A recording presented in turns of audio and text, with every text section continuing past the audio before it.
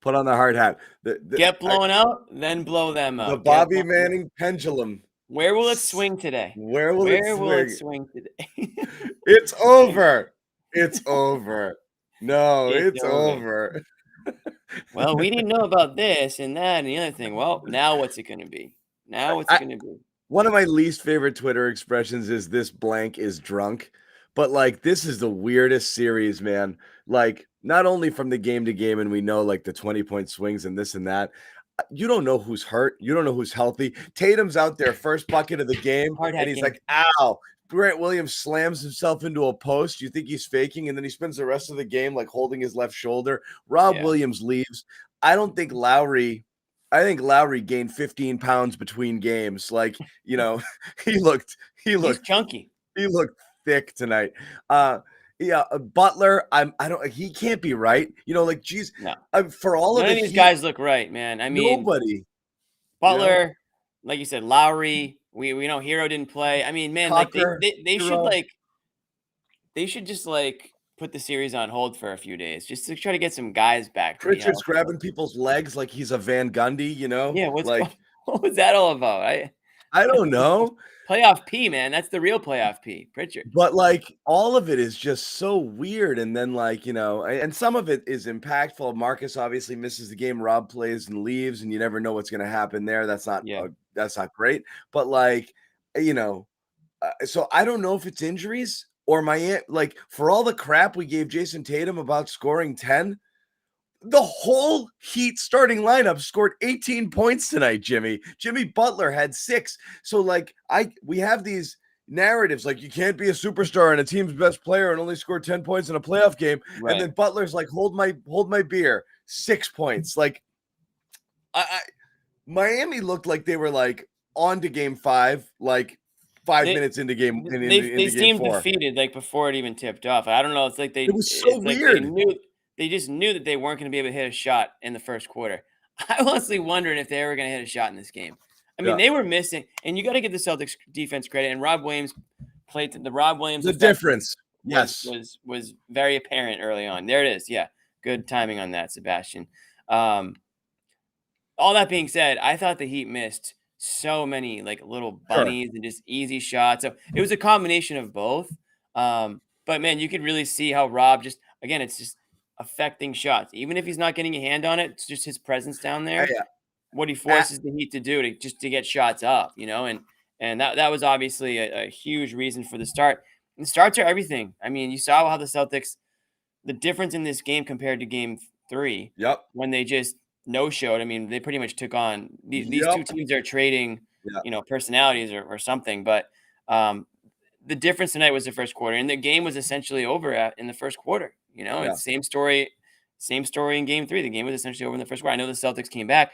The Heat, especially right now, they don't have the roster to make big comebacks. They just don't, especially if Hero's out. You don't have that offense. I mean, Duncan Robinson's going to come in and try to shoot them back in. I don't know if it's going to happen. Oladipo, give him credit. He's doing everything he can. But like you said, with Lowry being, hampered, Butler, who knows what's going on with him, and Bam kind of went back into a pumpkin tonight a little bit. He wasn't the game 3 Bam. Rob effect. Yeah, right, Rob effect. And you know what? We should talk about how, and we are, because we're literally talking about it right now, but the difference between Rob versus Bam from 2 seasons ago in the bubble to now, it's flipped a bit. Yeah, I mean, Rob wasn't even playable in the bubble, so you really had you really had. Think of how far he's come, Yeah, and we were talking about that was the back and forth with each series. This is a Rob series, this is a Cantor series, not as a starter, as a backup to Tice, who was at that point the unquestioned starter, and somebody Bobby Manning thought was going to get $16 to $20 million a year in free agency. But I digress. But Rob was not ready for primetime. Rob was frigging jumping at every fake. No, he wasn't. He was late on closeouts, wasn't switching, just leaving guys all the time or switching at the wrong time. Everything Rob was doing just, instinctively just seemed wrong. He was just kind of like a big puppy, just kind of running around, and it just wasn't right. So yes, the factor, I went back and watched the first 5-6 minutes of the first quarter during halftime, just to kind of take in, and pay just to watch Rob. You didn't miss anything in the second half that was No. But like, and then I jumped right in. But I just went during halftime. I watched the first 5, 6 minutes, 7 minutes of the first quarter just to see again. And you could literally see, you just watch the Heat's wheels kind of spinning when they were getting into the lane. The hesitation, a couple times where they would have just continued on, they stopped. They ended up and they settled for floaters in the lane instead of taking it all the way to the basket. Jimmy Butler went to drive. Rob was there. He kicks out. Rob defends the perimeter. Butler shoots an off-balance turnaround jumper with Rob contesting. Everything was different. There was no easy buckets to be had there, and you could kind of feel the Rob effect. In addition, he's grabbing multiple offensive rebounds. The catches on the lobs, the Celtics threw one good lob to him. The other two were behind, and he's just one-handed catch. Almost everything that he kind of does, he did. And so it was evident. But the early impact, when I think the Celtics really played good ball, minus Jaylen, that a lot of that had to do with Rob, because the defense was there. They ran out to that early lead. That's it. Ball game. But on top of that, I want to see a Miami Heat post-game show right now. They must be losing their friggin' minds. We scored 1 point in 8 minutes. Like, insane, think of the worst we've ever bashed the Celtics for anything. And imagine being a Miami Heat fan, watching your team score 1 freaking point through 8 minutes and be like, what the are these guys doing? You don't want to be, and there might be, there's usually some Heat trolls in here. Are you guys here? I don't think they control tonight. Y'all had 1 point in the first 15 minutes. Like, I honestly thought that they might go a whole quarter without scoring a point, without hitting a basket. That was just preposterous basketball. It's hard to do. And again, they missed a lot of bunnies. And I know that they're banged up, but man, you're in the Eastern Conference Finals and you show up with 1 point in the first 8 basketball minutes of the game. Like, what the hell is going on? Or longer than that. Didn't they get to the 4-minute mark before they hit a field goal? It was something like that. 8+ minutes in before they hit a field goal. It was unbelievable. It had to be close to a record amount of time. This is an interesting comment. I was on Discord earlier, and for those of you who haven't, please go check out our Discord server. We're up over 1,000 now. Active chat all day long. I jumped in early and chatted with some people, and the topic of most important Celtics came up because, before the game, you didn't know if Marcus or Rob was going to play, and then it turned out Rob did, Marcus didn't. And I swear, and I know everyone will debate this one, so there's no right answer, but in that chat alone, there wasn't a single person that didn't list of the top 3. Tatum obviously is number 1, no question about it. And then it was Rob or Smart or Rob. Just in terms of their impact, there's nobody. And then maybe Al. Jaylen's the only one that's not getting mentioned. This isn't meant to be Jaylen slander. It's just the difference. It is. Come on. It isn't. It's just simply the effect that those guys have for what the team needs. Right. They just don't have things that can do what those guys do. That's kind of why. Though Derrick White acquitted himself well in the first quarter, he was all over the place. I thought he played a pretty solid first half. But the Rob effect was so immediate and impactful. It's you just go back and forth on it, and you're like, I don't know, man. He might be that important to this team. The on-off splits with him during the regular season are insane. There's numbers there. The net rating with Rob Williams on the court is friggin' bonkers. Well, that's the thing. That the basic stat box isn't going to really be oh, Rob, this guy, Rob, he had 8 points tonight, and but it's what he does. It's his presence. It's the shot effects. It's his just ability to just go up, all those things. And that isn't a shot at. It's not a shot at Jaylen Brown. Jaylen Brown went out and gave you 40 points in Game 3, but you lost the game. So again, it's that effect that you're talking about, where you need a guy that can come in that can really actually affect winning. And they obviously need Jaylen Brown. They need points where they can get it. But it sometimes it comes at a price. So I would. I don't know what my ranking is. Obviously, I have Tatum 1.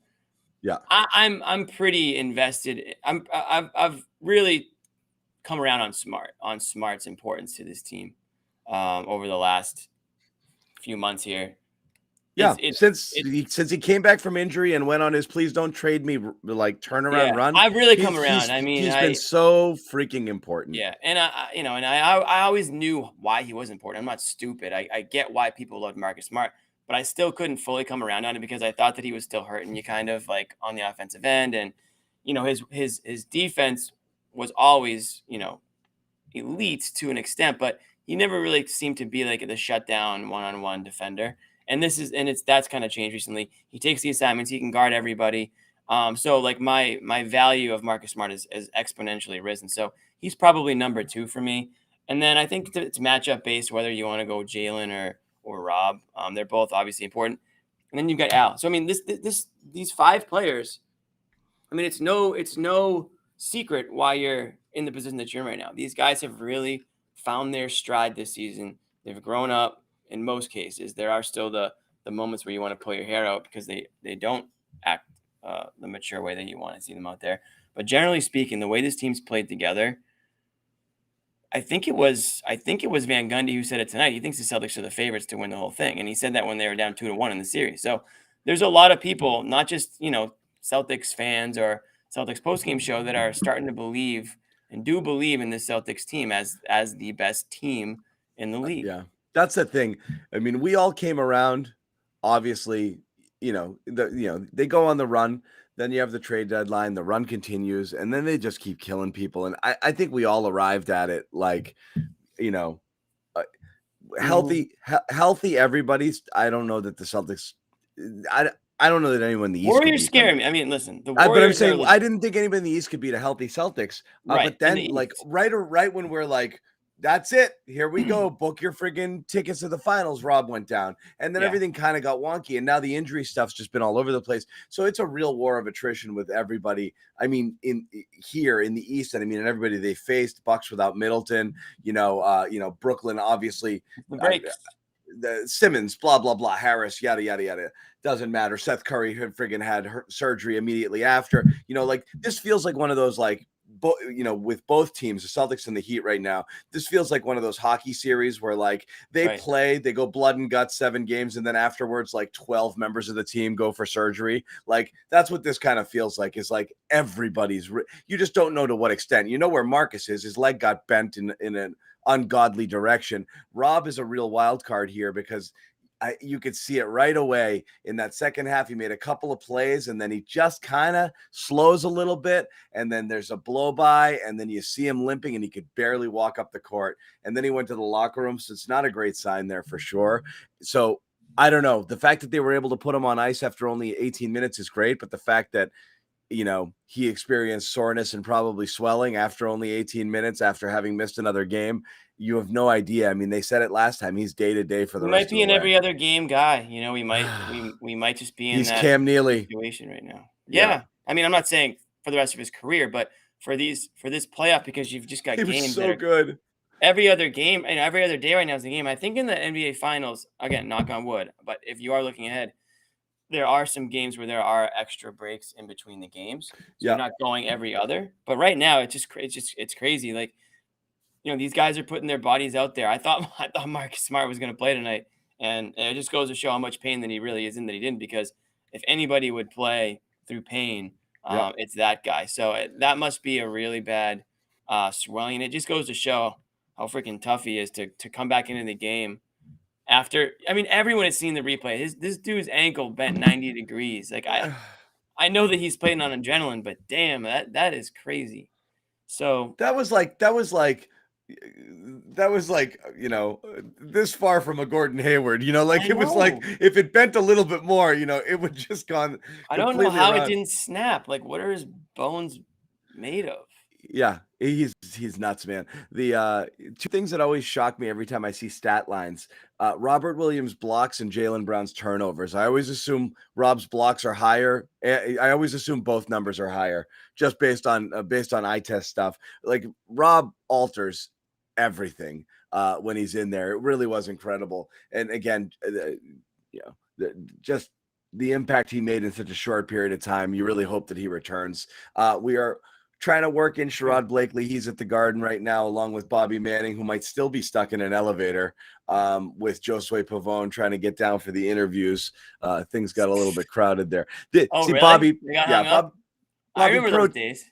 Bobby, pro tip: in a 30-point game, take the elevator down at like the 6-minute mark. Yeah, everybody in a 5-point game, I'm taking the elevator down. Yeah, it's just get out of there.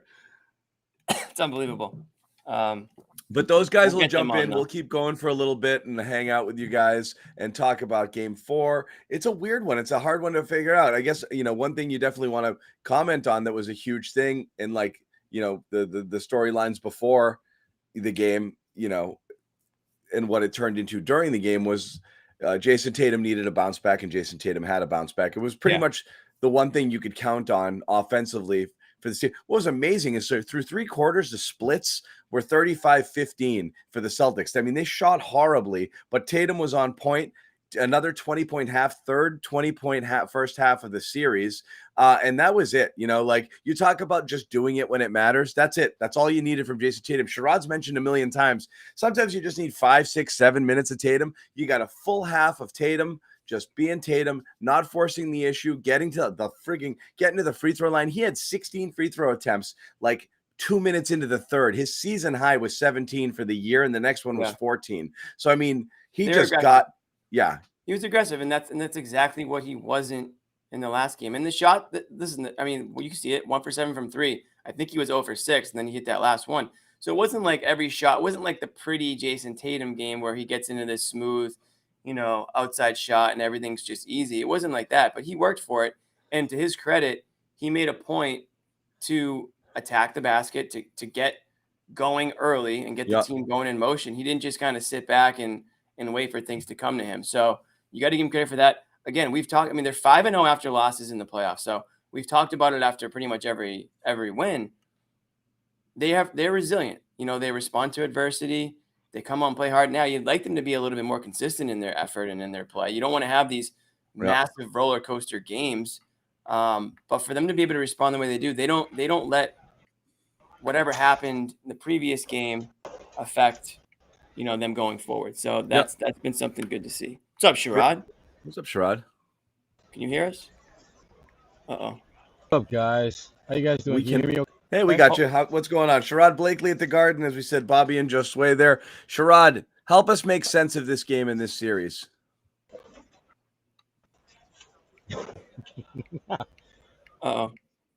You have to lose, and I don't understand it.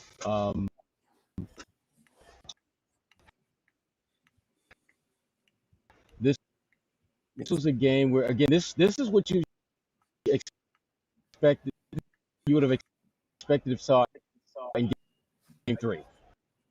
Your first game back in your place, chance to really put a strangle this, but obviously the resiliency of this team once again shined through. Big win, Jason both ends of the floor. Now we got a series. Yeah. Sherrod, you're a little laggy and a little digital. Jimmy, you seeing the same thing? Yep.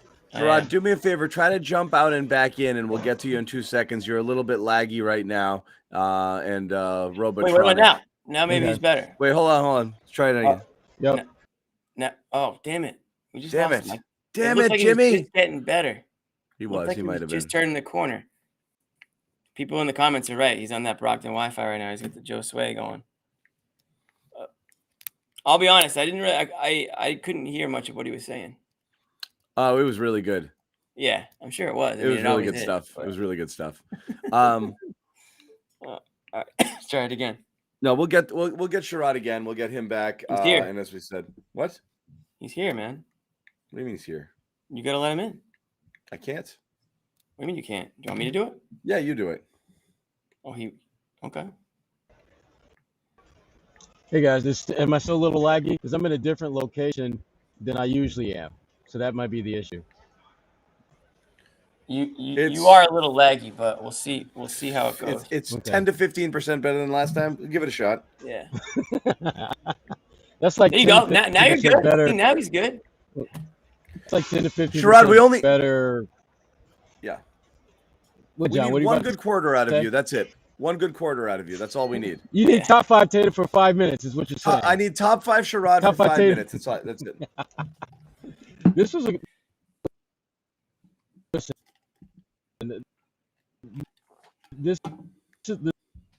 This team is so damn resilient. But it drives me to put themselves in that they do. This was how they should have played. This is a really great win, not the second game back in your place after you got your ass kicked. But this thing is far from over. That game 5 is going to be a war because Miami is going to play significantly more desperate than they did tonight. The Celtics are going to be challenged to match that. But again, a bit more like Tatum. I thought he took way too many threes there when that just wasn't his shot tonight. Derrick White did a great job of setting the tone, scored the first 7 points. That really kind of put them in a nice place, nice rhythm.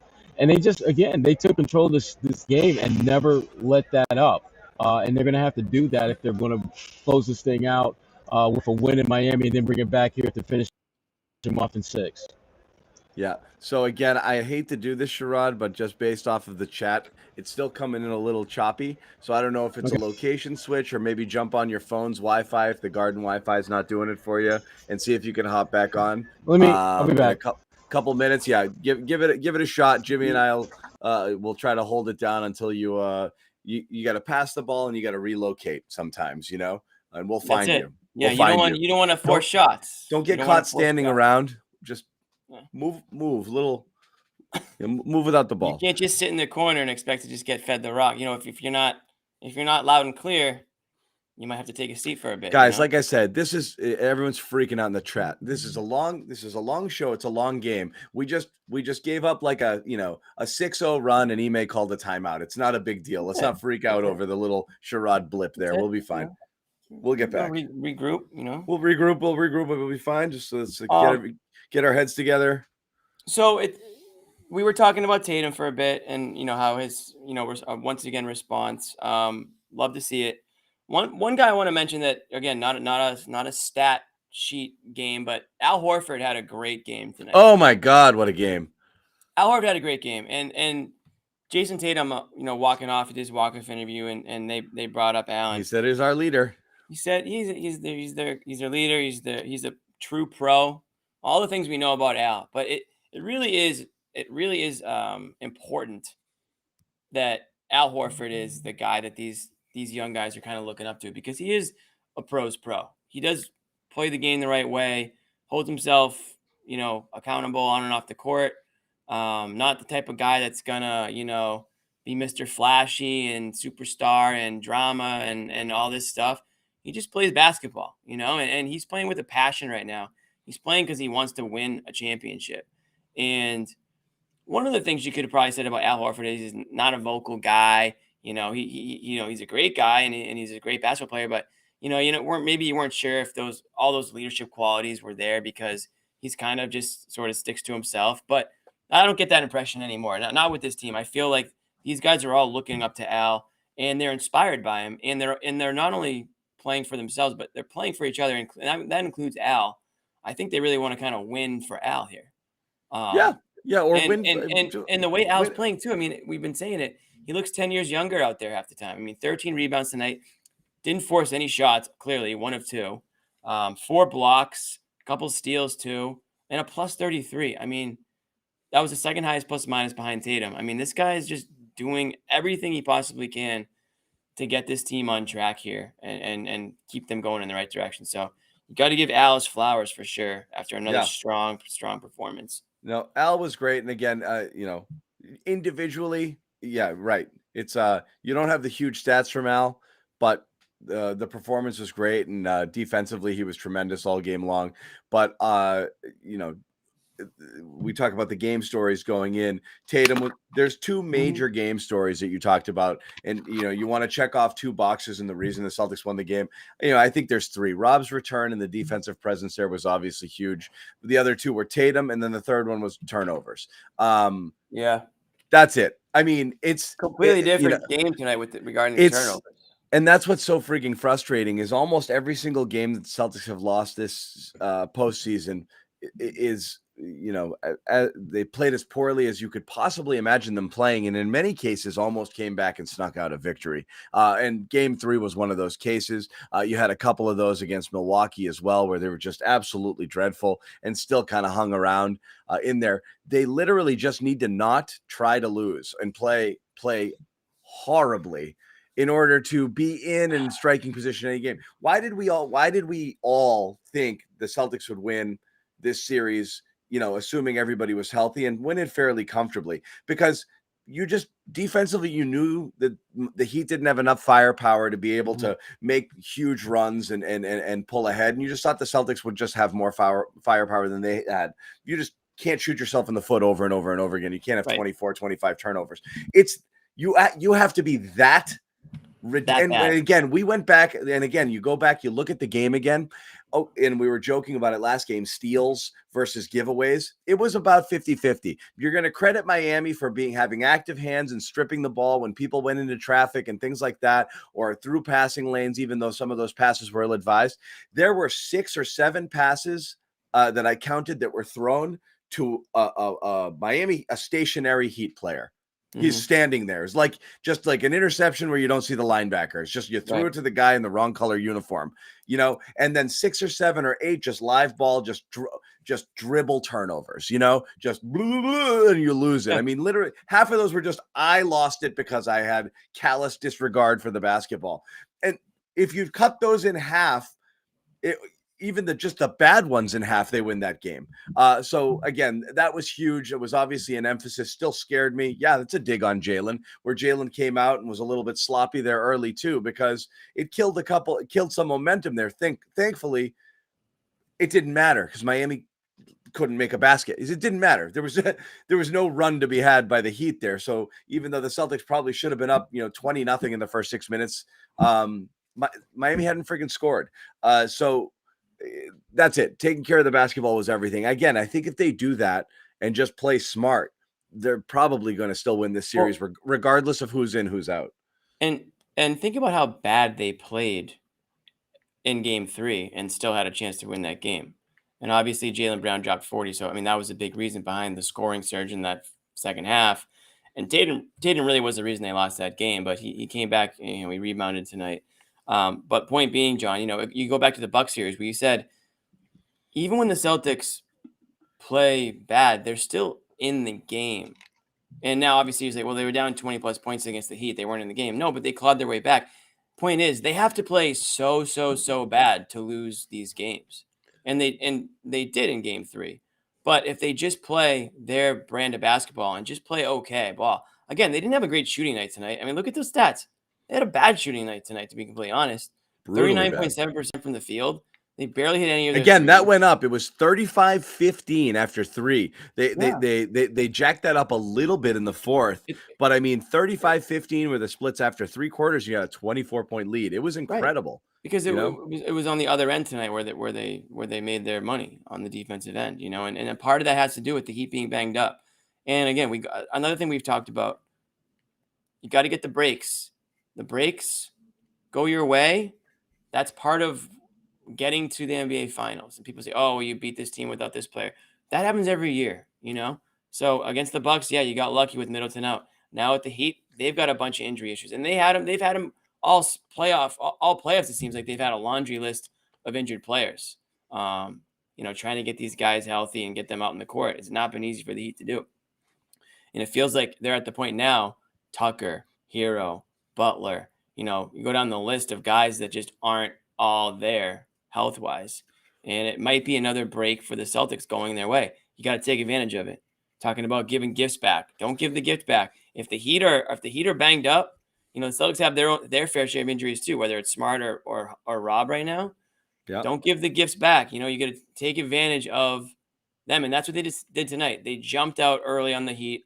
They must have known that the guys that were out there weren't healthy. Certainly they didn't look healthy. I mean, Jimmy Butler was almost non-existent tonight.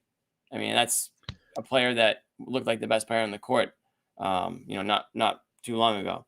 So something's definitely up on the Heat side, and the Celtics, to their credit, are doing what they have to do to take care of it on their end. I'm very nervously going to bring Josue on the show. He looks like it's a bit of a time-lapse video right now, so I don't know what this is going to look or sound like. So I am bracing myself for this. We're going to try Sherrod first. He's relocated. Let's see Sherrod's terrific Wi-Fi situation now. Yes. Better? Is this better? I'll tell you in a second. Let's try Josue. I'm scared to say. What is this? Day one? What's going on here? What are we doing here? We checking the Wi-Fi coming in. Okay, Josue's hanging. This is crazy. Josue's good. No me gusta. This is Josue's crazy. good. All right, we'll let. Wait, Josue's speaking in a different language. I think it's fucked up. No, it's not. He's good. I'm kidding. Oh. Jimmy was serious. Wait, no, that's English, John. John, that's not. It's fine. It's not. You don't have the SAP. I hit the SAP button. All right. While Sherrod maintains that look on his face for a little while longer, we'll hear Josue's take. Sherrod is either very confused or frozen, or both. Frozen. Yeah, I think he's the latter. No, I was just listening to what Jimmy just said, and I don't know. That's interesting because that crossed my mind in the first half. I was like, man, is Butler out? You know, is he hurt? Is he banged up a bit? But I mean, maybe that's a part of it. But I also think it was the Celtics' defense, man. I just feel like he was also like in his own head. I feel like he thought that he could just try to take things into his own hands, and even though with Oladipo having the kind of first half that he had, and he was trying to find his offensive. I'm loving this from Sherrod. But no one else could. Yeah. No one else in that Miami Heat team could help him besides, could help Oladipo, I guess, because he was the leading scorer besides Duncan Robinson. But those buckets didn't come, they weren't when this game was still in reach, for the Miami Heat, it felt like. And I credit the Celtics a lot in this one, man. They took it to Miami. And I felt like the Heat was sort of thinking that they could just kind of flip the script and go on a run. And every time they did, whether it was 6-0, 7-0 run, the Celtics were right back into it, and I feel like the Miami Heat they weren't ready for that. They haven't seen that. They haven't seen this level of effort since game 2. So again, you're flipping the script here, and what I can't fully understand with the Miami Heat here is, were they hurt? Did they recognize early that this was going in the wrong direction and just kind of mailed it in? Did they come not prepared? And again, it's so bizarre to see this happen in a flip-floppy sort of way, every other game, just to literally not show up. You have 3 blowout first quarter. You have, basically in this series and 1/3. Yeah. Each game has been decided in a quarter. And a lot of times the first quarter where teams have just raced out to almost insurmountable leads, and that's it, ball game. And it happened tonight. So again, did Miami come out flat? Did the Celtics take it to them with their defense and with Rob Williams there? Are the Heat hurt? Like what? Like I said, make sense of it for me, Sherrod. What do you think? Heat had a lack of sense of. There was no sense of urgency from them at all. It was basically the Celtics smacked them in the mouth in the first quarter, and they just were like, okay, because we got what we wanted. We wanted to get at least one win here so we can get home court advantage back. They have that, but again, it's weird how this series has gone because each of the teams that has lost has kind of lacked that urgency at the very beginning of the game. And that's atypical of what you expect to see in playoff basketball, particularly between two teams. Two veteran, poised, well-coached teams. It's so weird. That's what I mean is like you've seen this. You've seen it some with the Celtics because we've seen it this year, and you saw a lot of it last year. So you always worry, is it kind of creeping back in, those bad habits, which they mostly got rid of during the second half of the year. But now you've seen it twice in 3 games with the Celtics. And now you're seeing it with Miami as well. I just can't understand it because both of these teams, you would think that's not what would happen, that they would bring it on a regular basis. And the coaches just wouldn't allow this. And now you've seen it 4 games in a row where one team has just basically, I'm all set with tonight. Well, a big part of this as well is Bam Adebayo, right? I feel like their approach, especially in that first quarter, was that, we're just going to keep this flowing. And the Celtics nipped that in the bud right away. I thought the play from Al Horford said it all, where they were anticipating a double, and he just blitzed it and just took the ball away from him. Like I think the Miami Heat thought that, oh, okay, this is going to be the new normal. Oh yeah, sure, maybe Al will get a couple stops here and there, but that's going to be it. Like I feel like they love that matchup for obvious reasons. That after seeing what we saw in Game 3, but I mean, did they not anticipate Al to bounce back from that? Like I feel like they were sort of doubling down on what happened last game and just trying to carry that over into this one. And they didn't anticipate the Celtics to have a completely different approach in the way they were playing defense. Completely different Rob. And I tell you what, though, the Rob Williams' presence was huge in this game in that first quarter. I mean, you could tell some of the shots that they were taking once they got a little bit of dribble drive penetration were well off the mark, and you could tell it was because Rob was out there. Yep, little floaters, little floaters that were hitting the front of the rim or hitting the back iron. That you saw Tucker and Bam right in the first quarter. Like I said, I went back and I rewatched the first quarter just to see, and they came up short. They came up short. They stopped short and came up short on their shots because they knew he was lurking there. Butler got scared out of the paint one possession too, and ended up right away. The Rob factor was very evident early, and sometimes it's almost you're right. It's almost like how the Celtics got a little shell shocked with the way Miami Heat were playing defense, packing the paint. First few times they went there, like Tatum especially was like, this sucks. These guys are big and they're kind of in my way. I felt like Rob established that really early in this game for the Celtics, and then the Heat just didn't want anything to do with it. No, and that's if you're the Celtics. I mean, as this series moves on, it's pretty clear and pretty obvious that the Rob Williams factor is huge. It is huge. We knew that going in, but when you look at how they are with and without him and against this team, it's night and day. I'm not sure they can win this series in these next couple of games without Rob being out there on the floor, because I think he's that impactful, and he's one of those guys that his impact is not necessarily stats based. For example, as John pointed out, those shots that are coming up short, hitting the front of the rim or the back iron, they're adapting to his presence out there, and they're not adapting well. And if you're the Celtics, that's exactly why you need Rob Williams out there to be that rim protector who's also altering shots by simply being on the floor. Facts, my dog. Facts, dog. Sherrod, what was the vibe in the Garden tonight, man? What was the people come out ready to go or what? Well, I think they were like a lot of us. You didn't know what the hell to expect after Game 3, and I think there was a little bit of uncertainty as far as how this would play out. But Derrick White basically put all that to bed, scoring the first 7 points. And you're thinking, if their 5th, 6th, 7th option is hitting like this, it's probably going to be one of those nights for the Celtics. And again, they just snowballed from there. I mean, hold a team to 3 for 20 shooting in the first quarter. You're not going to lose many games when you shut a team down like that from the outset. I think like I said, Rob had a lot to do with that. I think I could hear like audible laughter around the Garden as the Heat were going deeper and deeper in the first quarter without hitting a basket. You could hear the laughter every time they missed a shot. It was a joke. It was. And when Victor Oladipo was like your main primary source of offense. Right. This isn't Oladipo from Indiana when he was like an all-star. This is like Oladipo who, frankly, is a shell of the player that he once was. But I give him credit. He showed up, made plays for them. But if he's leading your charge, you're probably not going to go far. That's the thing. He did his thing in Game 3 in the fourth quarter. He played pretty well. And tonight he did everything he could. But you're right. He's just not that player right now, or at least anymore. I mean, too many injuries. He had the ACL, right? And then a couple other things happened to him. So that's too bad. Kind of has Kemba vibe to it, I guess. Yeah. The Tyler Hero stuff is interesting. Him with the groin issue. Groins are real. I mean, they're kind of like those, like some of the other injuries that the Celtics have had. You don't know.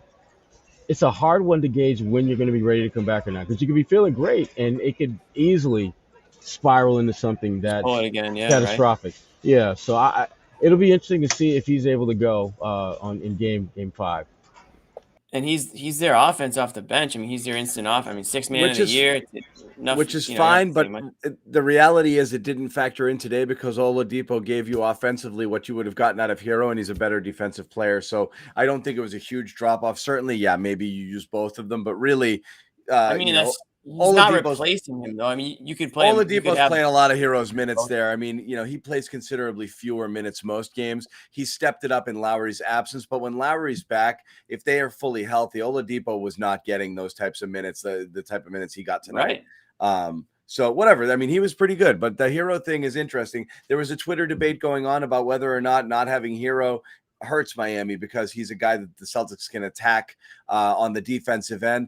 I think that's nonsense. I think ultimately, Hero's a potential home run waiting to happen. He had that miserable game too, where he was like a minus 1,000 in that game, but he's been a positive in the 2 games that he's played. And he is instant offense for a team that really doesn't have, outside of Butler when he's able to do it, but just doesn't have tons of individual offensive firepower. They have to share the wealth. And Hero's one of those guys who can get really, really, really hot and light you up. And, we've seen it. Of course. I mean, again, 2 years ago, him single-handedly winning games for you with his offense. So it's a big deal when he's out, for sure. It is. Go ahead, Jimmy. No, I was just saying, and just going back to Bam, too. I mean, again, it felt like he showed up in game 3, clearly. But, if everyone around him is banged up, he doesn't seem to be self-sufficient enough to really get the Heat anywhere where they need to go.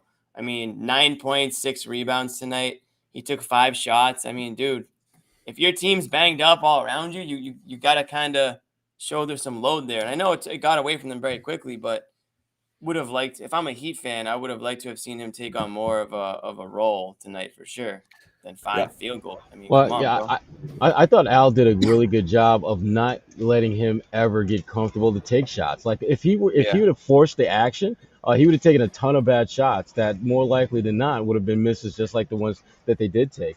So I thought he was looking for opportunities. But again, this is where having Kyle Lowry not being Kyle Lowry hurts them so much, because much like when Marcus Smart is healthy and good to go, he can orchestrate and organize the offense. Kyle Lowry has a similar role for that team. But when he shoots the way he did, when he's struggling to get guys the ball in spots. And the other thing too that I don't know if you guys noticed it or not, I thought of all the games that the Celtics have played in this series up to now, I thought they did more matchup hunting tonight than they've done in any of the previous 3 games. I mean, they literally they were locked and loaded on when can we get Max Strus in a matchup. Strus was getting killed. I mean, Tatum, Jaylen, Al, Derrick, Peyton Pritchard.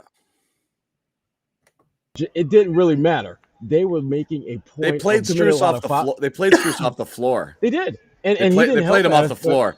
Minus 33 in 15 minutes. He couldn't make a shot, and he was getting demolished on defense. He just couldn't keep up. And he's another guy who's been one of these, ankle injury, will warm up with the intent to play sort of player. So, I mean, everyone's dealing with something. He'd been holding his own defensively. And one of the reasons he had been playing as much as he played is because he's not Duncan Robinson bad at defense. But he's still a guy that they hunted absolutely and just played him off. He's just, I mean bad stuff. I'm just surprised it took him this long to really make it that a priority, because they've done it to some extent previously, but it seemed like there was a very intentional game plan to find him as often as they could and make them pay. And I'm just surprised we haven't seen more of that, to be honest. Yeah, and this stat is stunning.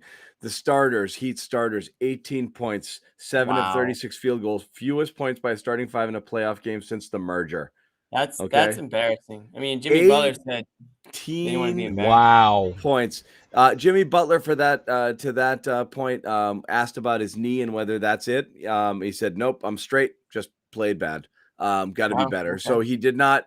And again, Butler's one of those types of guys who's not going to make excuses. So maybe it is bothering him, but he's not going to let you know about it, and he's not going to whatever. But Butler, 6 points, 3 of 14. This was Tatum, 3 of 14, except 10 points. That was it. That's the Tatum game from yesterday. Your best player comes out, lays an absolute egg, but for all of the starters to be as bad as they were is insane. And Bam, again, you talk about the Rob factor, but this is another one that's got to be incredibly frustrating for Heat fans, because you got that taste of it and you're like, unlocking Bam. And like, what were we saying before the game? This could be, did Bam figure it out? Did he, nope, he didn't. No, he didn't. I mean, you can give Al credit, of course. I mean, and Al's been doing it all playoffs, and really But he's it's been doing that it all season. it's But these if you're passive Bam Bam, games, the 5 field goal games. When Bam's right? disappeared this postseason, if you look at a lot of his box scores, you're seeing a lot of that. Not involved at That's what I mean. all. Yeah, I was gonna get to that. I was gonna say you can give Al credit, but at some point you have to be able to make your own shots. You have to be able to find ways to be more of a factor. You can't just be like, oh well, I got shut down by a 35-year-old Al Horford like the rest of the league, I guess. But I would be super frustrated if I was a Heat fan because now you're like, okay, well, is Bam the guy we thought he was, or was he more of a flash in the pan? I mean, we know what he's capable of on the defensive end, but he's just got to give you more offensively. So yeah, that stat with 18 points is unbelievable, and like we said, some of it's due to injury. I mean, Tucker had 0 points tonight. He's typically better than that. He's obviously dealing with something, or we know what he's dealing with. He's been in and out already of the series. But these are the breaks that if you're the Celtics, you get these breaks and you got to take advantage of them. So they did that tonight. Now they have a little bit more momentum going back to Miami. We'll see what happens health wise. I don't know what the deal is with Marcus Smart. Sherrod, what's your you've been pretty on point with the Marcus Smart stuff. What are you thinking or hearing about what's going on here? It's a different vibe this time than before. Marcus is I had a chance to see him before. After everyone had kind of headed back to the locker room and celebrate, yeah, they won, and Marcus was out here just kind of doing some things, and it didn't look like he was moving well. Did not look he didn't look nearly as well moving as I would have liked to have seen him. Does that mean he's not going to play in Game 5? No, but I'm not feeling optimistic about him getting back on the floor, which is too bad because I think they need him. I think they absolutely need him. Derrick White had a great game, but I can't bank on Derrick White going into Miami giving me that. Yeah. I just can't. Yeah. So. No, I mean, White was good early. I mean, he's good, man.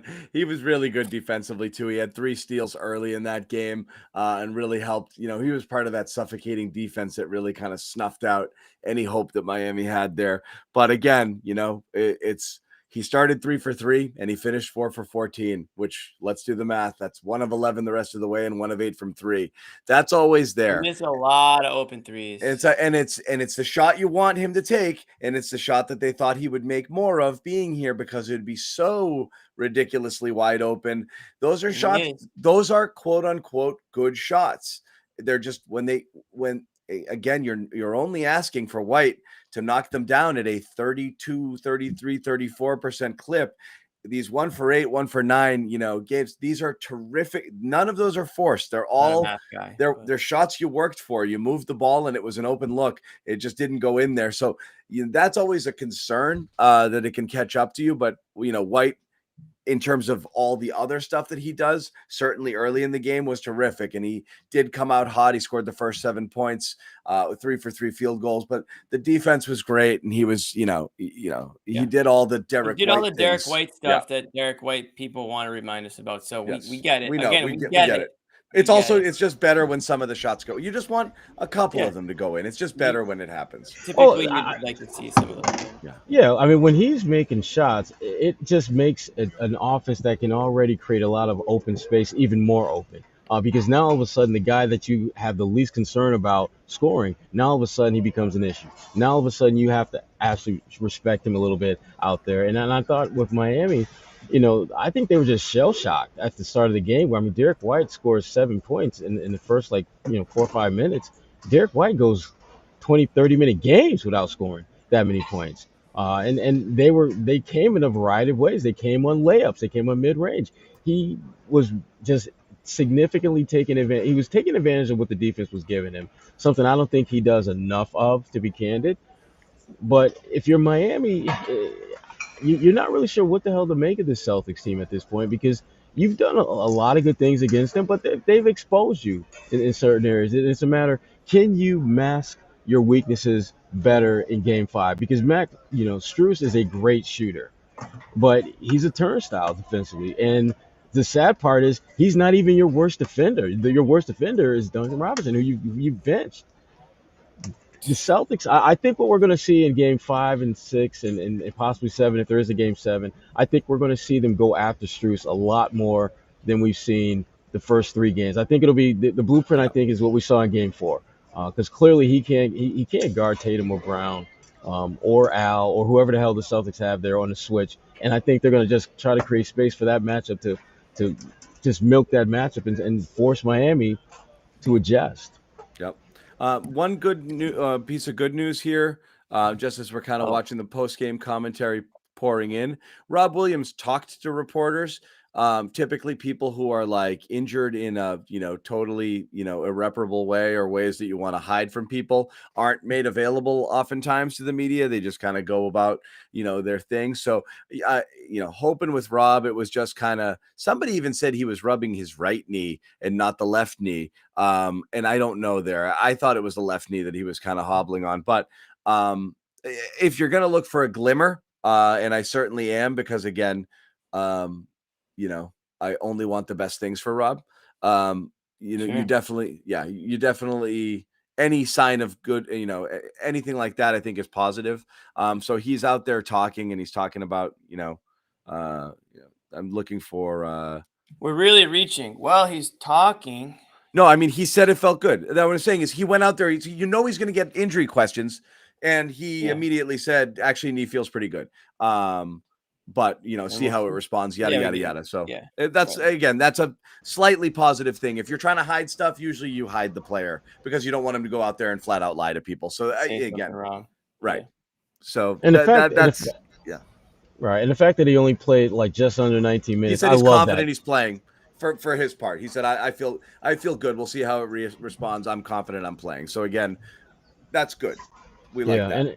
And I love the fact that his minutes were under 20, because I think, in a game like this where you have it in such just a commanding control, you want to minimize his minutes as much as possible. He put in his work in the first quarter, part of the second, and in the third, at that point, the game was so out of hand, you really didn't need him. So I'm hoping that he's good to go. It certainly won't be fatigue. That damn sure won't be an issue for him in Game 5. It'll just be whether that knee or knees are healthy enough for him to go out there and do what he does. Yeah, and what he's saying here, and again, what he may said the other day, is he's experiencing some swelling each time. It's just whether or not they're able to kind of get, just simply from activity, whether kind of they're reel it able in to a little bit, control it, reel it in to the point that it's not limiting him. So again, we're looking for little rays of hope here. Rob, as important as he was tonight, that would be great, obviously, if he's good to go. But, this is going to be,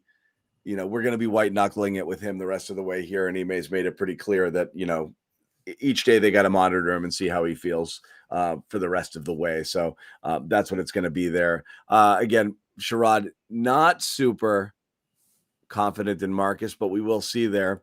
But again, come on, Sherrod.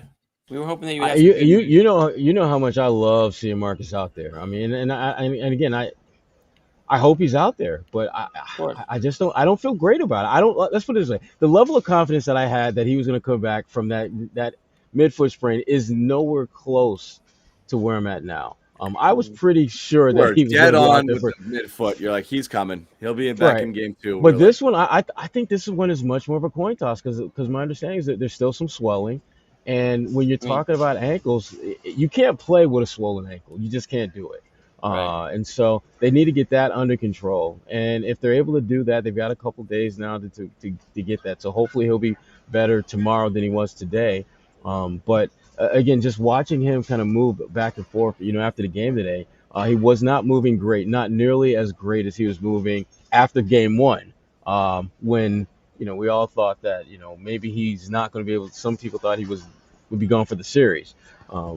So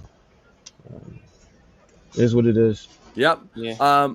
So again, this is as difficult a time as we had kind of getting a handle on the Milwaukee series, where we did feel like no game ever had anything to do with the next game, and it really was a battle. Each game was a total, totally different than this series, because both teams came out and just punched each other in the mouth repeatedly, making it really hard for either team to really gain much momentum up until the very end of that series. Whereas this one, again, you've just got teams just not showing up. So I mean, if you're looking ahead to Game 5 here, Sherrod, what are you feeling in terms of, like, did the Celtics do anything tonight that is permanent, or is it always going to be not just permanent, meaning did they figure anything out? Is it anything beyond just simply showing up? Is there something they solved that Miami was doing, or is it just simply one team showed up and the other didn't, and now you just have to wait and see who shows up for game 5?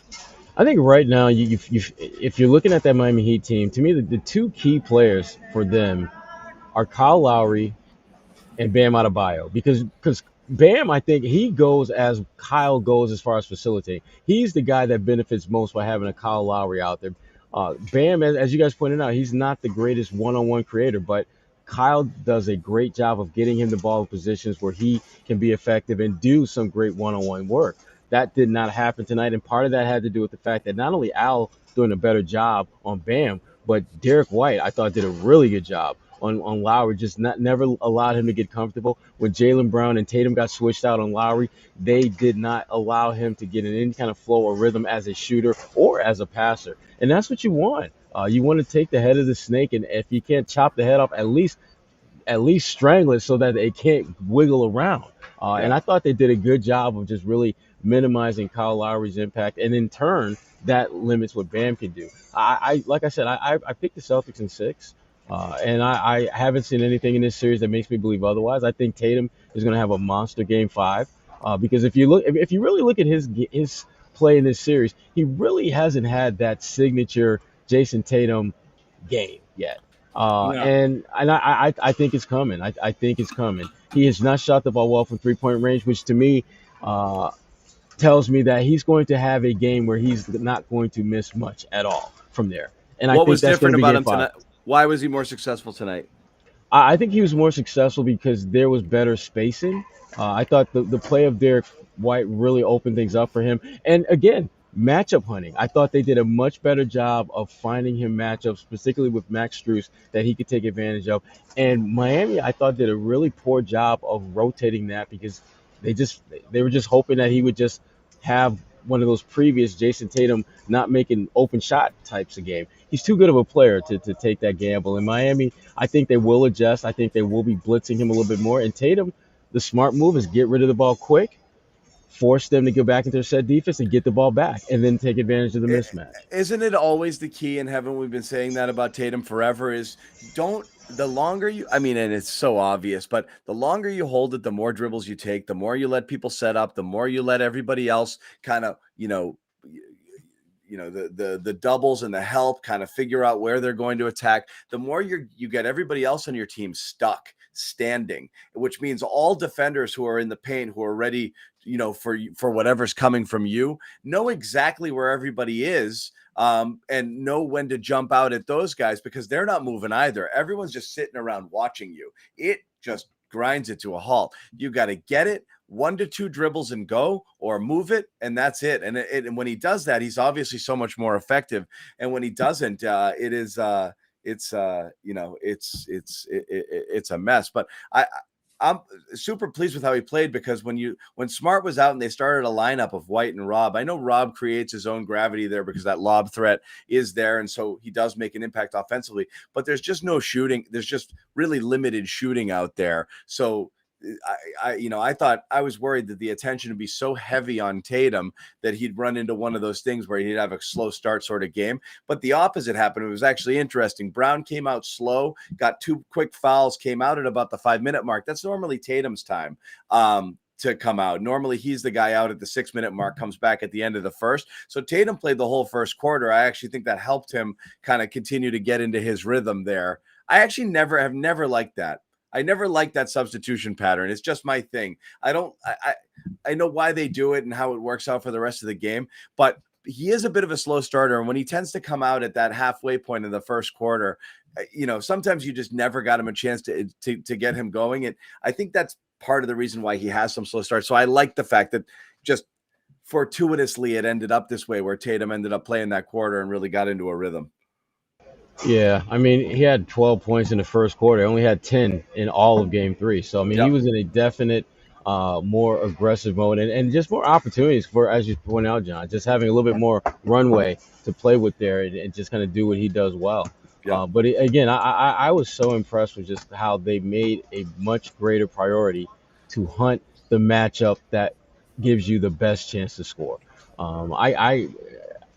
It's we see the benefits of that every damn game, and yet this was really the first game where it felt like they embraced that they made it a absolute 1A priority to find a matchup that works best for us, and let's just go at it and force them to adjust. And if they don't adjust, we'll keep milking it.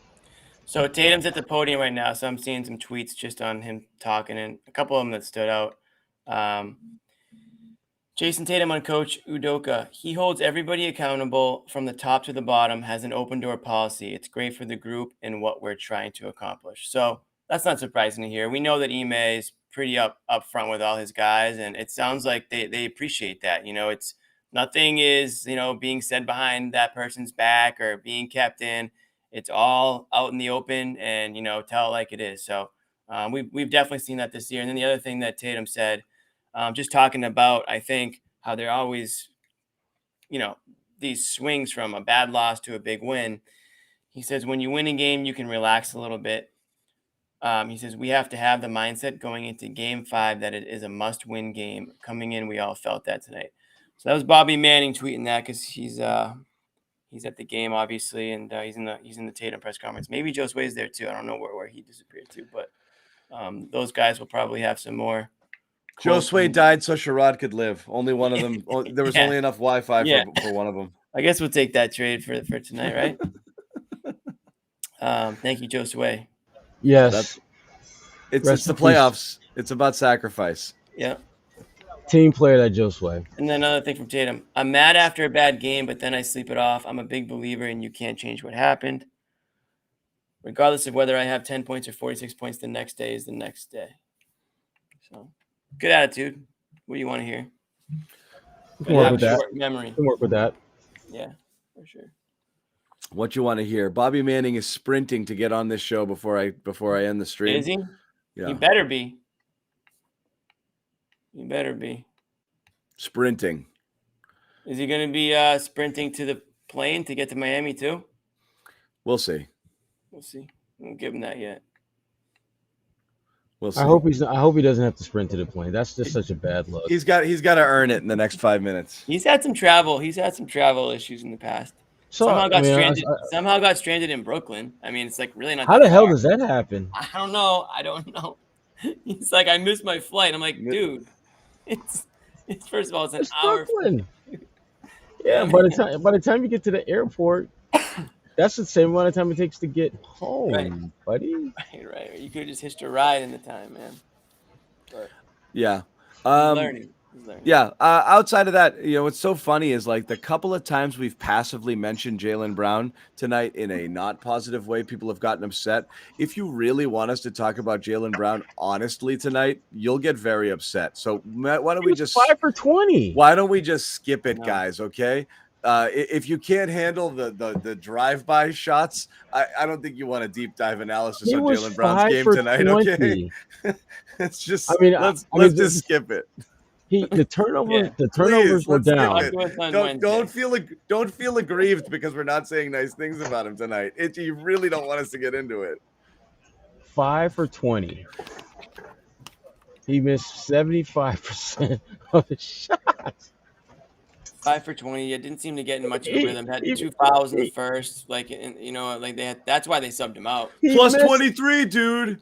He missed 75% of the shots he took. 75%. Yeah. He tried to get early Jaylen cooking. And it just didn't take. And then he got those couple of fouls. It kind of took him out of his game a little bit there. It did. And I do. He started 0 for 5, and I swear he turned it over twice. He's only credited with the one turnover on those back-to-backs. I thought so too. I thought he lost it a couple times, like in the first couple minutes. Yeah. But regardless, not a great game, but it turned out not to matter. So that's why we're not spending a lot of time on Jaylen Brown. And to his credit, I mean, he did make a couple of big shots that just kind of, because remember there was a point where, Miami, they were still pretty far in the back of the, behind, but they were starting to make it interesting when they got down to like 19 or 18 around there, and Jaylen made some big shots, and you give him props for that, but I can't get excited about a guy that misses 75% of his shots. No, but you know what though? He's had plenty of good performances, so it's not Yes, like absolutely. like, This is his one time of will those come rare again. days. Plenty One of of the good ones. Plenty one of of the good few ones. games. Again. One of the Let's few save it games for we another can. one. Here's Speaking of getting his Bobby. time again, Bobby, what? Bobby Manning. Bobby, tell us what you've been in the interviews here. Anything stand out? yeah, hit us with some words. Oh No, God, no, we're just not Oh, gonna do coming it. in hot. Yeah. Okay. Good. Drop some Got me? science. Yeah, we got you. Yeah, say something. All right. Say words. Say words about Say basketball. words. We got Derrick White game here. Finally, life out of Derrick White. This is huge from him here tonight. And he talked a lot at shoot around about being aggressive and being confident, all the different stuff we've heard from him. And it hasn't translated to this point. Going on that 7-0 run to open this up, it's like a sigh of relief for all the fans. We will for the be whole talking about team. that for a while. Where were No, we? it's just Yeah. it's just Go a for it. it's just a Celtic it's boy. a Where it's a were you bait, when it's he something to scored build 7 in off a row? of. It was a It's huge.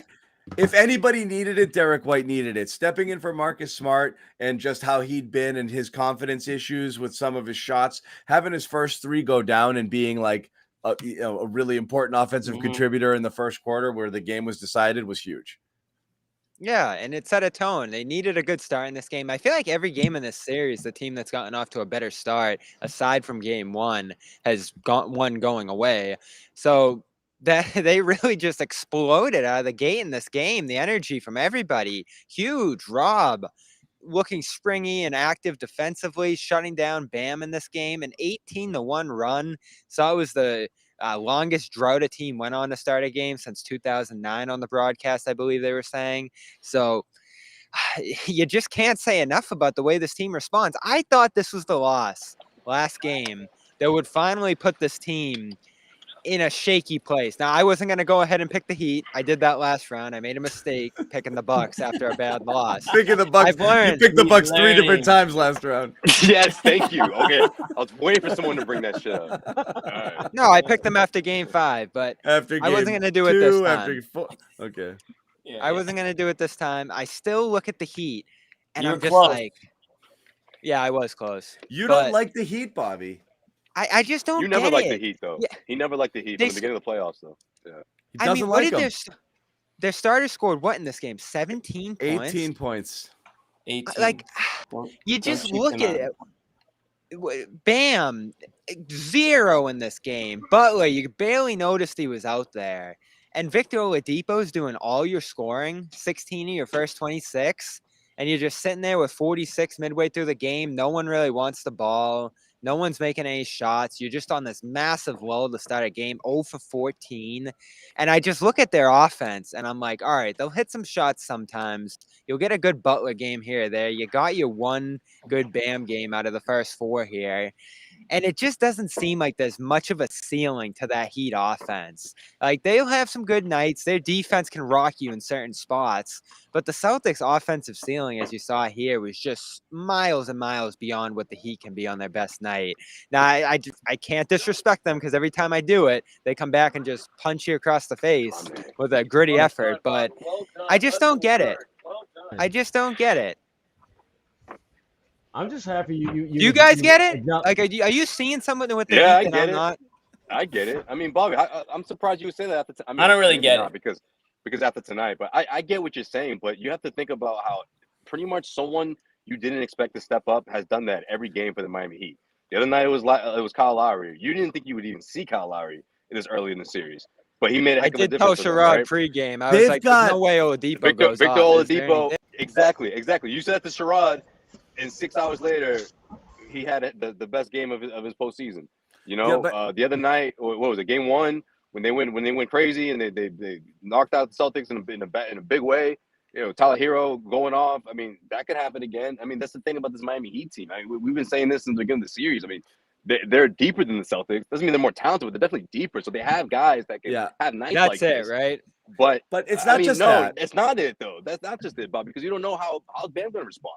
Is he the old Bam all over again? You know what I mean? Like, where did that 30-point or whatever, you know, where did that huge double performance come from? You know, it could come back again. You know, this is a long series. It's only 2-2. It's not like the Celtics are. It's not like Miami's on the brink of elimination. That would be a different scenario for these guys. You know, I still do like the agree with you Celtics' there. chances.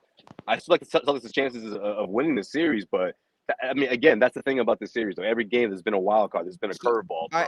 You know. I agree with you on that, Josue, but it's not because of the Heat. I'm worried about the Celtics' health. I mean, you just see Rob laboring around out Well, there. that's another When he hits curveball. that Yeah. 18th minute. But Smart, you don't feel nobody great knows. about it. Everybody looks hurt though, both sides right now. That's true. Yeah, That's a but this good point, defense John. looks very different when Rob's not out there. Oh The my Celtics God. defense, obviously.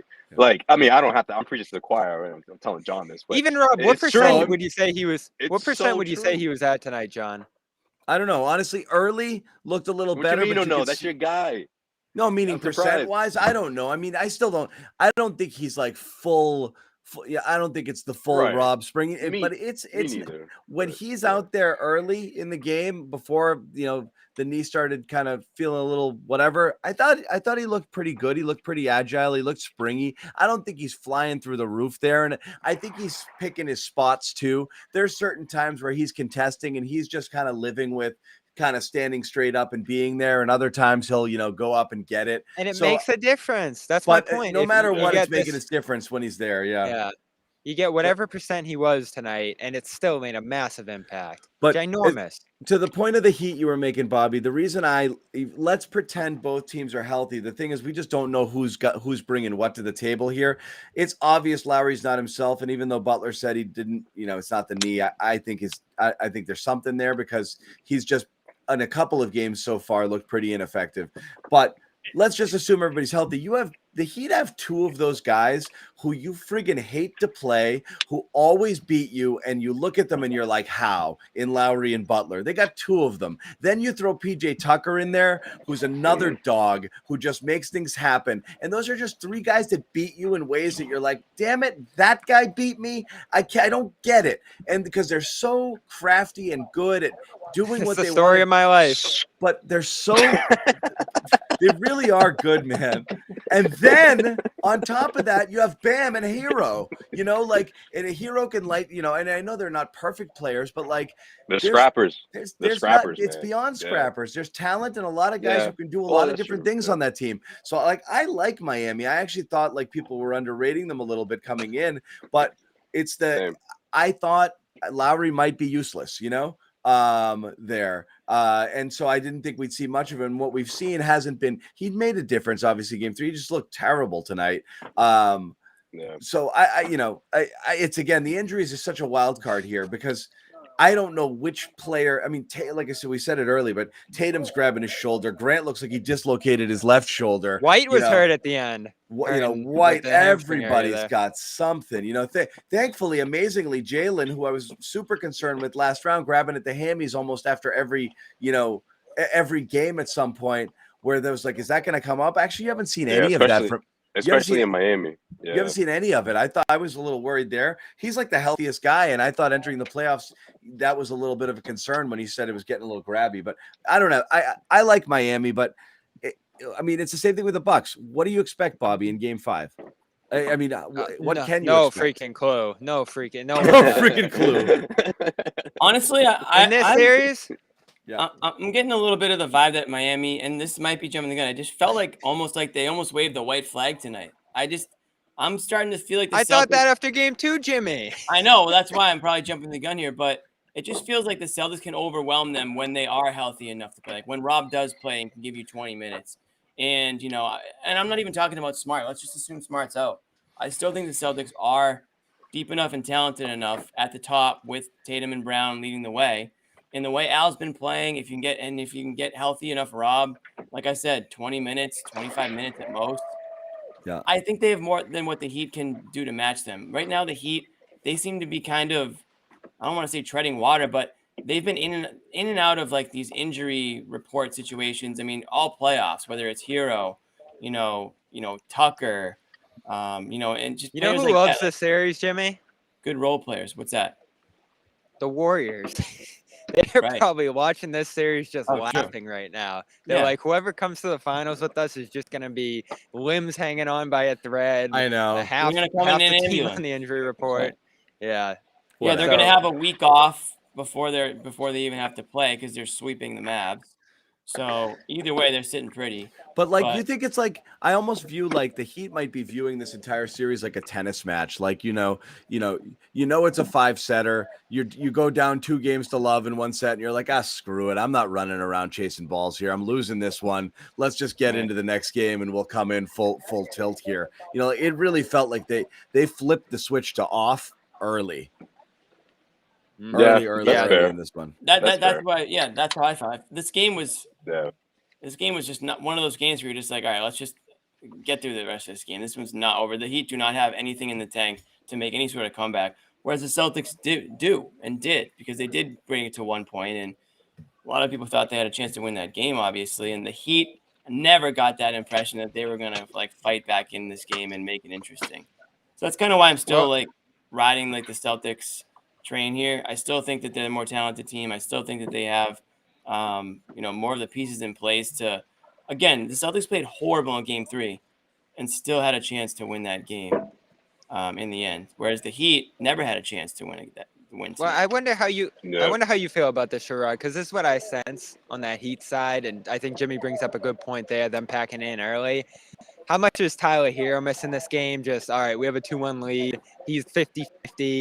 Let's let him get this night off, and he'll be right for Game 5. Felt the same way with Butler in the last game. Like, we're up 26. He's not feeling right. We can survive the second half and let him sit down here. On the Celtics side, it feels like there's really a sense of urgency. Like, get Rob out there. Smart, it felt like he fought like hell to get into this one, and luckily he didn't play because it didn't seem like he could play here with the shape he was in. And that it's just one thing that mildly worries me. Like, are the Heat just being a little bit smarter with their injuries and their health right now? And are the Celtics just kind of a step behind, needing to push through stuff? Dirk put it up here. Heat starters played 40 fewer minutes in the C's tonight. So, That's I mean, you're talking about Tucker, who's hurt, Strus, who got benched. You can go down the line, a couple other, Oladipo or whatever. No, he didn't start. Who am I thinking of? Why do they do this in the NBA? Why do they do the, 3 games off, 4 games off between games in the early rounds? And then as you get deeper into the playoffs, this isn't a Celtics thing or a Heat thing. You get deep into the playoffs and you make them play every other day for the rest of their lives. Like, it makes no sense right now. TV, man, they want to have a game every night. I know, but this is when you get to this point where and I get it, but like, holy crap. Yeah, like, it sucks. Yes, and yes. They're trying to wean out every night. Obviously, I understand the answer why. They're trying to wean out the older guys, not the older guys in the league. It's bananas. We lost. What happened, Bobby? Bobby didn't like TV talk, I guess. Yeah. No, I mean, we know the answer why. It's just asinine. They want to dominate the television. They want to be all over the dial. That's fine. But then you get crap basketball and guys falling apart and getting hurt, and it's just it's unfortunate. It's unfortunate because everyone loses. Yeah, okay, congrats. You have the TV slot, but you're watching a product that could be so much better. It's unfortunate if you didn't just drive these guys into the ground at the end of their season too. So I mean, they've already played the full regular season. Now we're in the third freaking round here, and these guys are you can see what they have to do just to get rosters out there. I mean, they're scrapping and clawing to compete. And like you said, John, a night like tonight, maybe the Heat say, listen, we're playing hurt already. We're down by 20. This game's over. We're not even trying to surmount a comeback here. Yep. Well, the Celtics needed this game. Right. The Celtics had to win this game. If they lost this game, this series, it would be a matter of not if, but when it was going to end in Miami's favor. So they should have played more. They should have played their starters more. They should have played with a greater sense of urgency. But now that it's even 2-2, are they able to bring that same sense of urgency to South Beach? Are they going to play with the same level of desperation that we saw in Game 2? Because Miami is going to be better. 1, because they're home, and 2, because, again, they got their asses kicked. And what they've shown is, like the Celtics, they don't like that. When they get an opportunity to get back on the floor, they're bringing it. So the Celtics, they're going to get as close to the best version of the Miami Heat as possible in Game 5. Are they up to handling that? Unless everybody's hurt. Interesting comments just looking around. Derrick White was talking, and I don't know if you guys were in on it. It is interesting how much they're talking about the amount of pep talks that the guys are having to give him. Rob spent a lot of his press conference talking about Derrick White. Derrick White's talking about things that Marcus Smart said to him at shoot around. It's very clear that the Celtics kind of recognize what's going on here with Derrick White, where he's having a bit of a crisis of confidence in terms of like, what is it you guys want me to be, or what am I supposed to do here? And a lot of the commentary tonight is about, you do you, man. Just play your game. Like, don't worry about like what's going on around you. Like, be aggressive, game, take it to the, but yeah, make a shot. Yeah.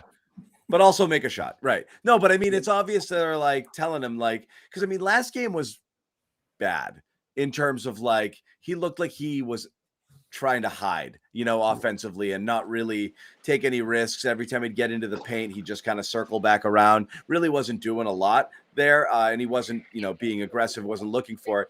Tonight more so. And obviously, again, when that shot isn't falling in the end, fine. But he's still got to take it. He's just got to be him. And you have to live with the results, Yeah.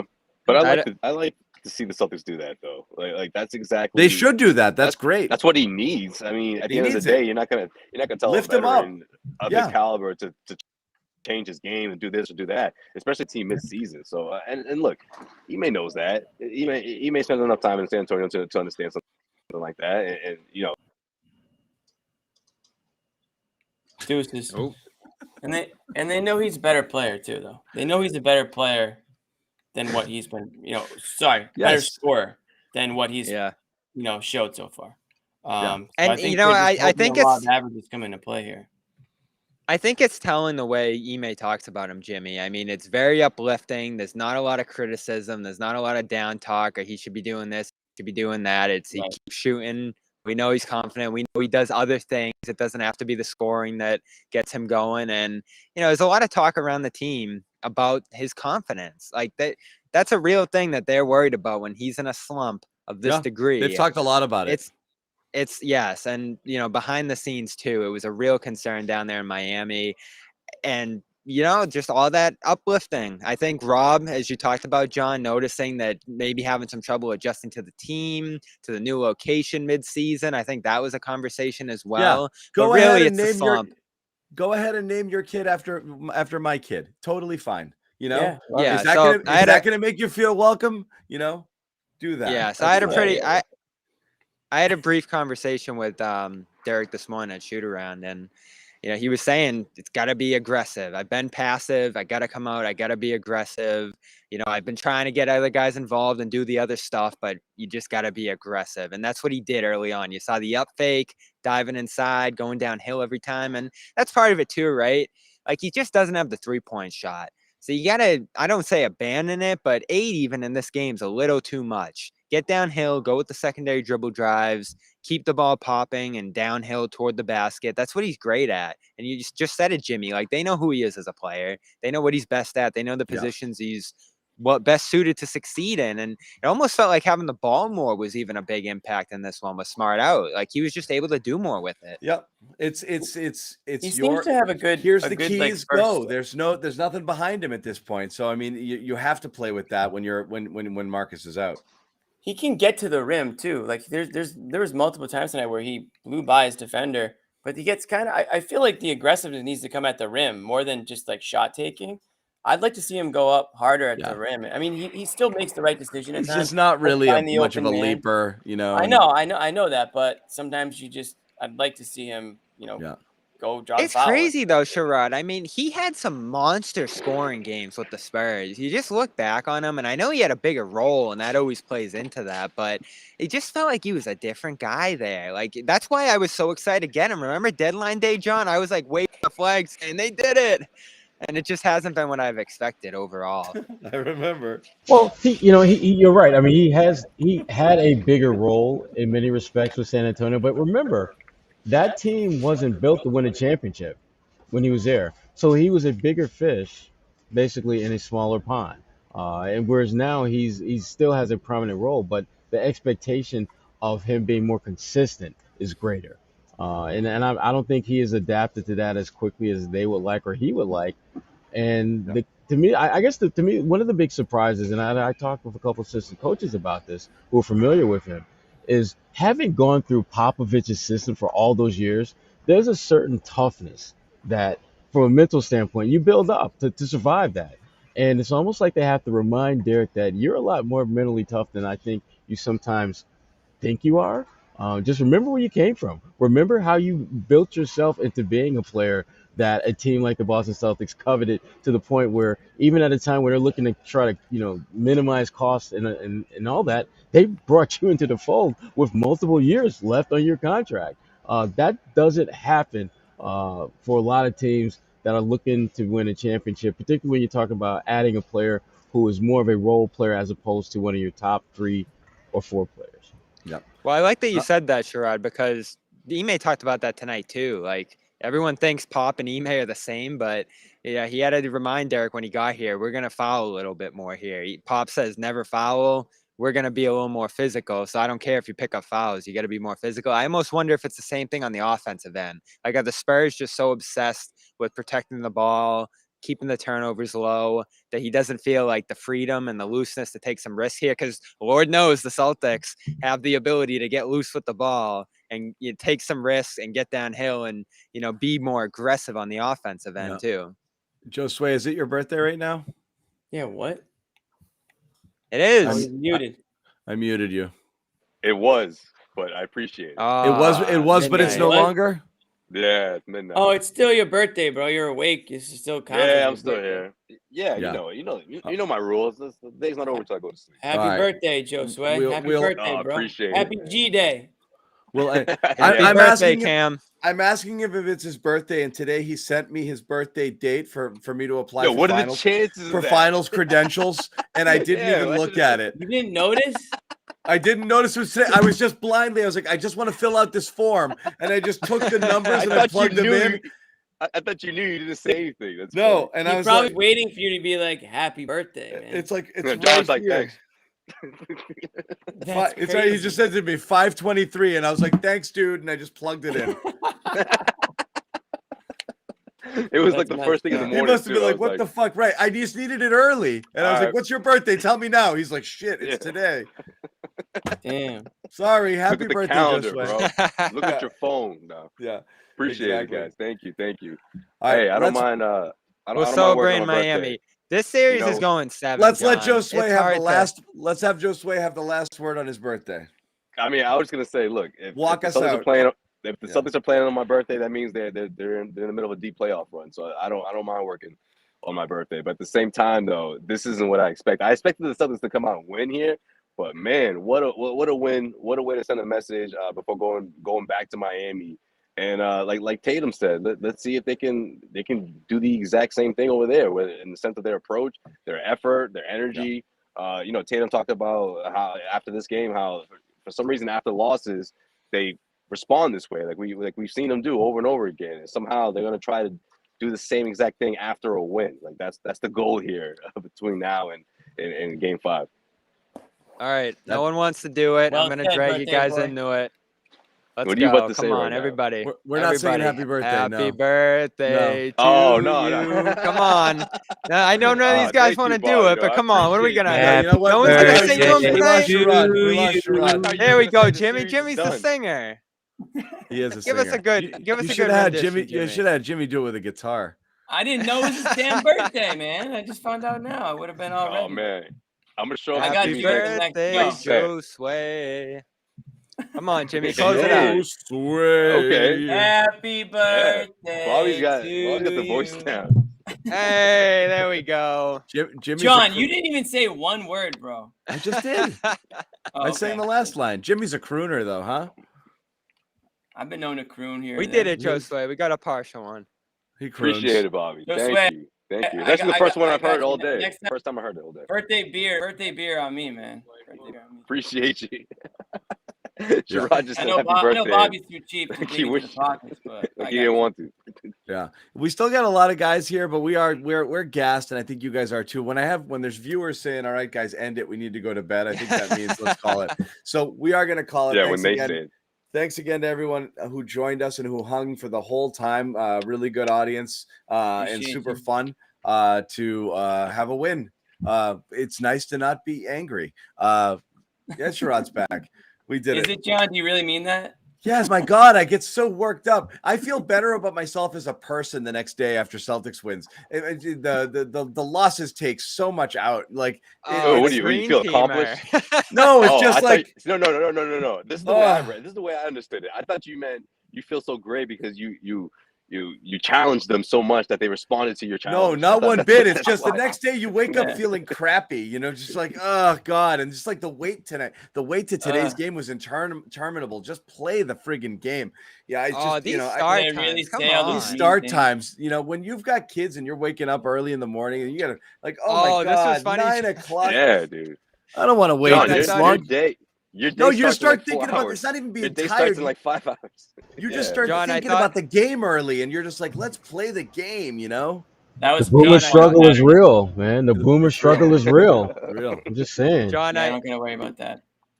John, I thought of you when Get Rob those was naps like, in. Naps are key. John, Rob I was thought like- of you when Rob was like, my son was at the game tonight, man, but this is way too late for him. This is way past his bedtime. Good father. Right, and that's your guy too. For him to say that was funny. I love Rob. I was thinking the exact same. Rob's post game, he's become so comfortable. It's a different story for another time. Just the way he kind of interacts now, he's just a totally different guy. You could just see true. like all his whole just kind of persona and like his confidence is just completely different, you know, year over year. So again, his personality is showing. I love that. It's about awesome. Him. Yeah, no, he's a that's funny good guy. Point. Yeah. Like this year is the first time he started. He started the whole. He yelled out "twist" at the end of the twist. I love that. Yeah, I love that because it shows his personality, and obviously, you know, it resonates. You know, with people and everyone's laughing. You know, when he was talking about, naming his kid the same name as Derrick White's kid, Hendrick. Like that was funny like, to have everyone laughing. Yeah. You're not supposed to do that, by the way. But anyway, that's another unwritten rule. You can't do that. You can't steal your buddies. But did he know though? I think you. He knew. He said he didn't know. Oh, really? And to Derrick's credit, Derrick is a huge Jimi Hendrix fan. Huge. So it shouldn't shock anyone that he named his based kid off of the hair alone, right? Why didn't he just name his kid Jimmy then? Because Hendrix is way cooler sounding than Jimmy. Badass name. It's a great name. Hendrix White is pretty cool. It's a cool freaking name. But can Hendrix White name 3 Jimi Hendrix songs? Because if not, then he should change it. Well, considering he's like, I don't know what, 3 days old? Probably not. Right, well, you better get on it. Yeah, the little voodoo child. Yeah. Anyway, good night, guys. Thank you very much for hanging out. Anyone wants to continue the chat? Some of us might hop over to Discord and let's see what happens over there. We've been known to chat it up. CLNSmedia.com/Discord. Like I said, very active early heading into the game. Yep. And throughout the game, and there's a bunch of people on there right now talking. I was on there a little bit earlier. Really lively chat going. So if you guys want to hang out and keep the discussion going, head over to there. Otherwise, make sure you subscribe to our YouTube channels for all your Celtics needs. Bobby Josue will have some post-game reaction and commentary exclusive to that channel that you haven't heard on this show that they're going to do a little bit later on. So check that out over there. In the meantime, we will see you guys on what day is it? Monday. We'll see you on Wednesday in Miami. Once again, the Celtics beat the Heat 102-82 in a game that was over early. Series tied at 2. We are back in a couple of days. Good night, all.